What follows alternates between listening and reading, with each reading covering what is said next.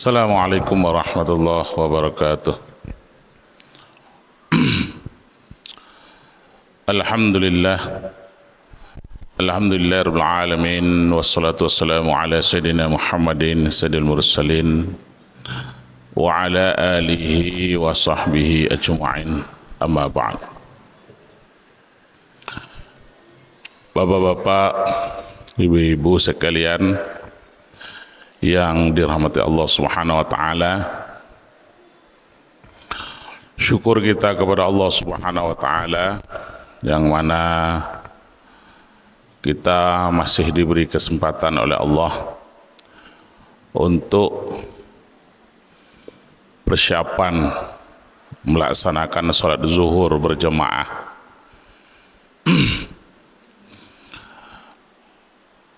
Dan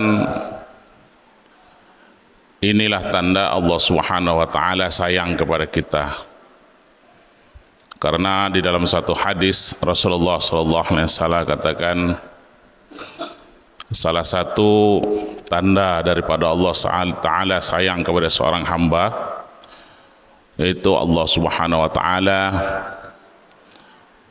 sibukkan seorang hamba tersebut dengan hal-hal yang baik, dan Allah Ta'ala mudahkan semua langkah kakinya kepada arah yang baik.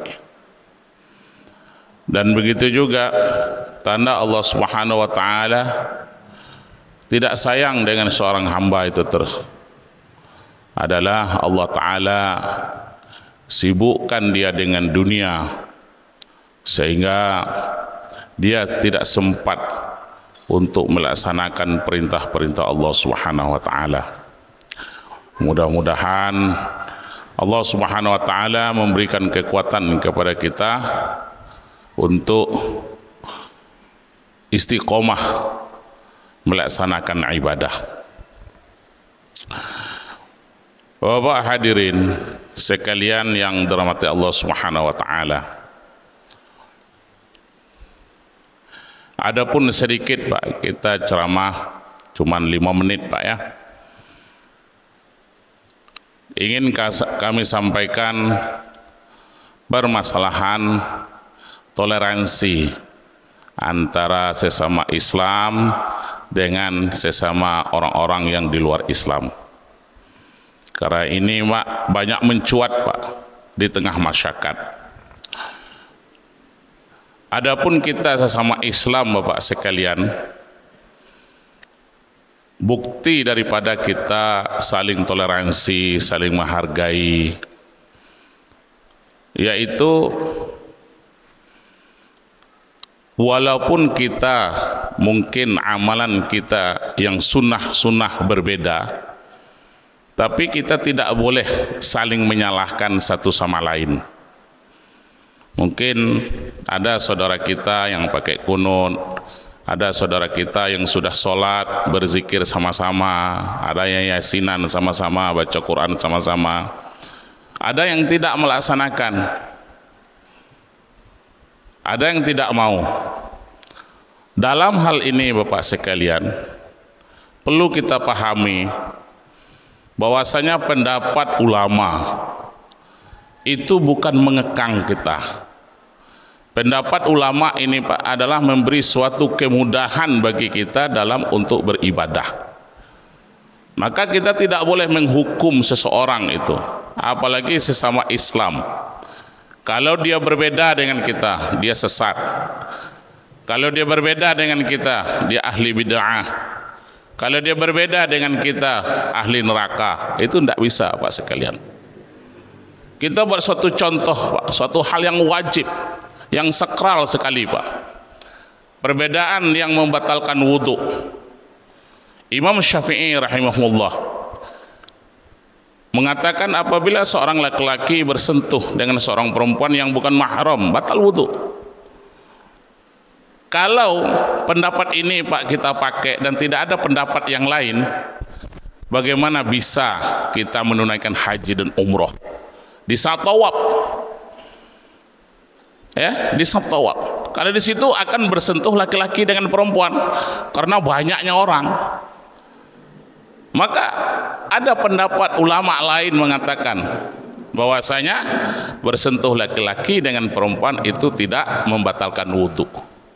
Pendapat inilah kita pegang. Sehingga apa? Sehingga mudah bagi kita untuk melaksanakan ibadah. Bapak sekalian, itu contoh Bapak sekalian. Maka kita sebagai seorang muslim nih Pak, ajarlah saudara-saudara kita ini taat kepada Allah. Ajarlah mereka hukum syariat, hukum akidah yang baik dan yang benar.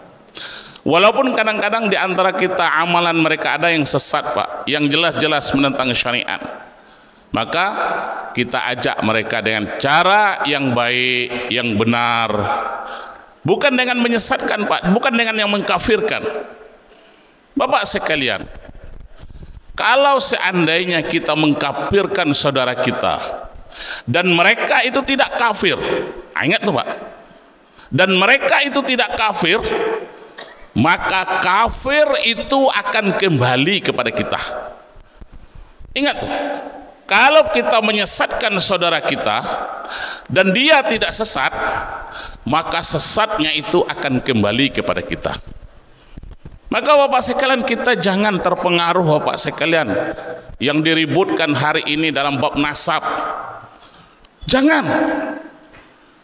Ya, ada yang mengatakan Habib asli atau Habib palsu, berani mengkafirkan keturunan Ba'alawi. Kalau dia kafir, urusannya dengan Allah. Kalau dia Habib, kalau kita menghina mereka, kita yang susah nanti. Kalau dia bukan Habib, urusannya dengan Allah. Kita bersangka baik saja Bapak sekalian. Saya pernah orang datang ke rumah Pak, saya tidak kenal orangnya, tidak tahu apa, dia mengaku Habib Pak. Saya tengok dia celana jin, tidak pakai kopiah, celana kaos, tapi dia mengatakan Habib. Saya layani dia Pak. Ada teman kata, Ustaz, itu Habib palsu tuh, ada urusan. Tidak palsu, tidak.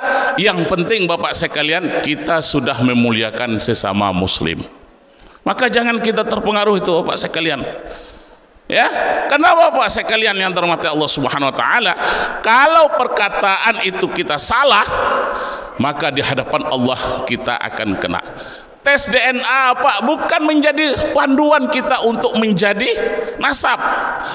Kan ada orang berzina Pak, nikah sebelum dia hamil sebelum nikah dia, ya kan? Boleh tak bapaknya nikahkannya? Boleh tak Pak? Dia hamil, kemudian nikah dia, kemudian dia mau nikah, boleh tak oleh KUA bapaknya nikah? Tidak boleh. Walaupun itu bapak asli dia yang menzinahi dia, anaknya tes DNA benar, tapi tidak sah.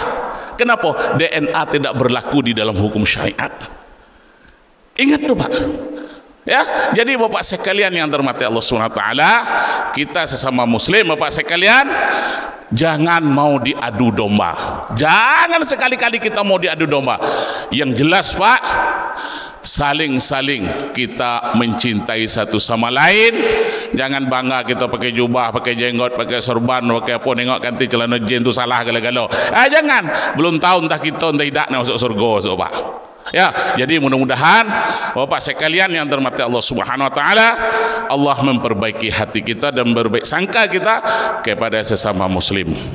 Wabillahi taufiq wal hidayah. Assalamualaikum warahmatullahi wabarakatuh.